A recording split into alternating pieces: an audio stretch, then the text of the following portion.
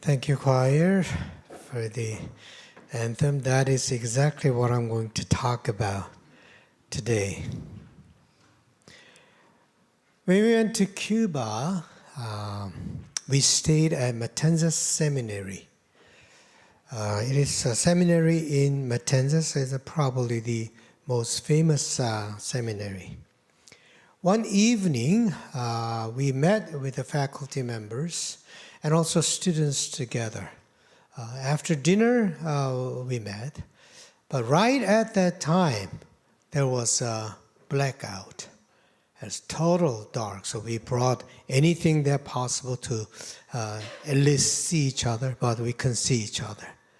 That was almost symbolic message to me, that the darkness the Cuban people are experiencing right now.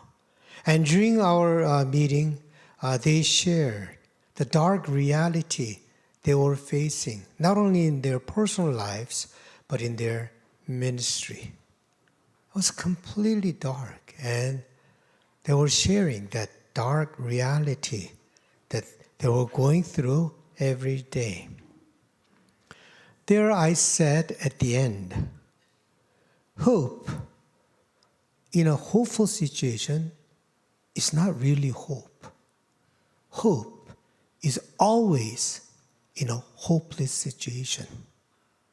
That's what our Saint Paul taught us.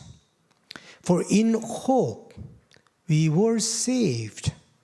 Now hope that is seen is not hope. For who hopes for what one already sees? But if we hope for what we do not see, we wait for it with patience. That is what hope is like. And a lot of us, we don't understand the difference between the worldly things and heavenly things or spiritual things. Even hope, we don't really distinguish between Christian spiritual hope and just secular worldly hope. The secular worldly hope is when things are going good, when everything is well, then you feel hopeful. So in that hopeful situation, you have lots of hope. For example, your friends helped you, then you thank them. And then all these things is a hope. We understand in that way. But spiritual hope is in a hopeless situation. That is a hope for what we don't see. Thanksgiving is exactly the same. A lot of times we think of Thanksgiving as our response to the thankful situations. When somebody helps you, we thank them. When your children are going well, you are thankful. When you're promoted, you're thankful. You just came out of difficulties, you're thankful. So it is our response to our thankful situations. But spiritual is different. I'd like to look at Thanksgiving in a different way today. I don't think spiritual thanksgiving is just our response to our situations. But it is a power to deal with our situation. It's not just response to our good situations, but power to deal with bad situations. That's what Thanksgiving is. Thanksgiving has a power within it. We just heard a choir's anthem. It is a little bit revised from the original hymn, but actually the original one is better because it's more raw. Here it's kind of polished so that it sounds hopeful or thankful. But original one is a little bit more rough. For example, thanks for prayers that thou hast answered. Thanks for what thou dost deny. They took it out because it's too raw. No, why should I be thankful when God did not answer me, right? So some modern people, we think we are smart, but sometimes, right? Thanks for roses by the wayside. Thanks for thorns their stems contain. Whether prayer is answered or not, we give thanks. Not only beautiful flowers of roses, but also thorn that He has. We are thankful. I think the person who wrote this hymn was a very spiritual person who understands the interior nature, spiritual natures within us. Because what's going on outside and what's going on inside are very different, you have to realize. What's going on inside is very difficult to understand and know. What's on the outside is easy. Your behaviors and all that is easy. But what's inside is very difficult. But this person, hymn writer, he knew, or she knew very well about the spiritual inside. That's why she could have that kind of spiritual insight. We give thanks not only because everything goes well. We give thanks even when things do not go well. Why? Because we know that God will help us and change our situations. So spiritual thanksgiving is not for what happened.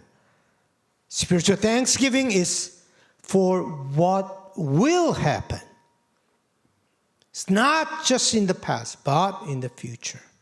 It's not just what happened to you, you give thanks, but because of God, what will happen in the future, we give thanks. So our spiritual thanksgiving is firmly founded on this truth. And whether you accept this truth and believe this truth or not, you can either have thanksgiving or not thanksgiving. Spiritual thanksgiving. If you don't believe this truth, then your thanksgiving will be always circumstantial. One day we are thankful, next day we are not thankful. But that truth is this. We know that all things work together for good for those who love God, who are called according to God's purpose. That is a truth. Meditate on it. Meditate on it. Everything will work out for good for those who love God. Because of this, we are thankful in every situation. So we realize that spiritual thanksgiving does not come from your circumstances. Spiritual thanksgiving comes from your faith. Without faith, this kind of thanksgiving is not possible. So it doesn't come from circumstances, but from your faith in this truth in God. Because we believe that everything will work out for good, we give thanks. That's why St. Paul said, rejoice, not there yet, just a little bit. You're too fast. St. Paul said, rejoice always, and then, what is the second? Come on, guys. You know the scripture. Rejoice always, pray without ceasing, and then third one is, give thanks in all circumstances. At least you have to memorize this. So all circumstances, we give thanks. Today, St. Paul said, do not be, now is the time. Do not be anxious about anything, but in everything by prayer and supplication with thanksgiving. Let your requests be known to God. Don't be anxious about anything. If you have something to worry about, that something becomes prayer topic for you. So what you worry about, turn it into prayer topics. Instead of worrying about it, instead of sitting on it, turn that worry into prayer topic. When you give everything to God with thanksgiving, then what happens? What happens? This is where sermon and AI are different. AI is a connection, logical connection. Not necessarily go here, but only those who experience in interior nature, they understand what comes next. But AI can never come up with that. I mean, there are some AI sermons. I never used it, but AI sermons is fantastic. Nice work from the beginning, introduction and content, examples, and then they even ask, to whom are you preaching? To children, or to women, or to elderly seniors? And they tailor cut all the sermons, and then very nice. And when I read it, oh, not bad. But they only deal with this brain. What you can connect logically in your brain. They never know what spirituality is all about. Don't be anxious about anything. Give everything with thanksgiving. Present your request to God with thanksgiving. Then what happens? This is what St. Paul said. And the peace of God. Would AI ever know that? No. And the peace of God, which surpasses all understanding, will guard your hearts and your minds in Christ Jesus. When you give your request to God with thanksgiving, when you're thankful in all circumstances, what happens? God gives you peace. God gives you peace. Now, it's not logical, but God gives peace. That's spiritual insight.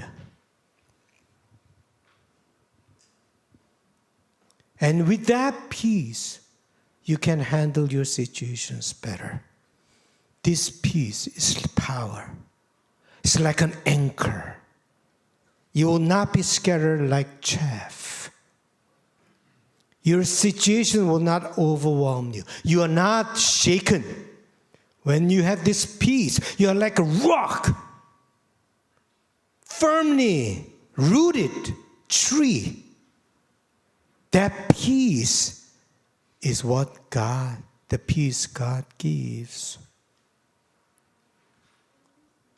St. Paul experienced torment in his life.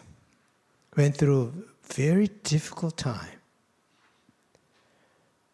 And he labeled it as a thorn in the flesh. And he suffered tremendously because of these thorns. We don't know exactly what that thorn is, because he has eye problems. So some people say it is an eye disease, but we don't know. Or some other people say it's a psychological oppression or the feeling that he had. Anyway, his situation was unbearable. And then he came to God. to pray with thanksgiving. Instead of falling into despair, he presented his situation to God with thanksgiving. This thorn story, just before the thorn, he had supernatural, mysterious experience. He went to the third heaven, and he saw so wonderful, the things that he cannot even say. He experienced the supernatural, mysterious experience. So that instead of him, God did not want him to be too elated, so he gave thorn in the flesh. In the third heaven, he had a wonderful experience, but somehow he did not yet experience the power of grace. But when he came down, and when he had a thorn in the flesh, when he was tormented, that's when he experienced the power of grace. I went through some hard time last few weeks, and before, I have nothing really that I worry about. But when things were okay, it's great, thankful, and everything. But yet, the power of grace was not that strong. But when I went through that hard time, really I felt the power of grace. Every time when I praised, just tears on my eyes. And every single word of praise words just touched me deeply. When things are bad, don't complain. Who knows? God may give you wonderful, mysterious revelation to you, and you will experience God much, much more intimately in your suffering and hardship. You experience what grace is. Until then, it is all theoretical in your brain. But when you go through a hard time, deep in your heart, you feel the power of grace. And that's what St. Paul experienced. He said, my grace, this is what God said to St. Paul when he prayed. Instead of taking out the thorn, he gave this word. My grace is sufficient for you, for power is made perfect in weakness. So St. Paul responded to what God said in this way. So I will boast all the more gladly of my weaknesses, so that the power of Christ may dwell in me. Therefore I'm content with weaknesses, insults, hardships, persecutions, and calamities for the sake of Christ. For whenever I'm weak, then I'm strong. He was ready to take all circumstances. Doesn't matter what happens to me, I can persevere. Because when I'm weak, I'm strong. That's a power. That's confidence. If you live your life like that, there's nothing that you will fear in your life. And then St. Paul experienced that. So when things are going all right, spirituality is not that important. It just becomes a religious thing. Human beings never learn when we are comfortable. We are very weak people. So when everything is going well, we never learn. But when we go through a hard time, for example, health is not good, or some problems, or all these things happen, then you seek spiritual things. What really matters? So all the great spiritual insights came from when they went through a hard time. During Babylonian time, Jeremiah came out. Isaiah came out. All these people came out of a very, very difficult time and gave us wonderful spiritual insights. When you live your life with a thanksgiving, thankful heart, you will live your life focusing on the bright side of life. Automatically you do that. When you give thanks in all circumstances, you start seeing the brighter side of your life. That is very important. When you look at people's sins, do not focus on sin, but focus on God who will bring out justice in spite of their sins. When you look at the evil of the world, do not focus on the evil, but focus on God who will overcome the evil and bring about the good to you and to the world. That's why we are thankful. We don't focus on dark side. We focus on the bright side. When you start looking at brighter side of life, what happens? What happens? When you see the brighter side of life, what happens? Vision comes. You become full of vision. When you start seeing brighter side of your life, you start having vision. When you see dark side, you become gloomy. But when you see brighter side, you start having a vision. Do not focus on what's lacking in you. Focus on the vision of making you and your life full. That's what St. Paul taught us today. Finally, brothers and sisters, whatever is true, whatever is honorable, whatever is just, whatever is pure, whatever is pleasing, whatever is commendable, if there's any excellence and if there's anything worthy of praise, think about these things. Think about this. Is there any negative things there? Any dark side? It's a very bright, honorable, pleasing, commendable, excellence. Think about these things. Think about these things. What does that mean? Focus on these things. Do not focus on the negative side and dark side. Focus on good side, bright side, positive side. You will have lots of vision for yourself, for the community, and for the world. And your vision will become reality in the end. Sounds familiar? Huh?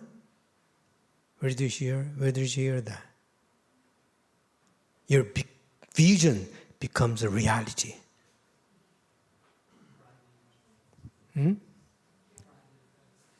Exactly. Friday Bible study. Oh, good for you, my brother. I thought you were falling asleep. Vision becomes reality. That's creation. Let there be light. That was God's vision. That was God's intention, God's desire. And there was light, reality.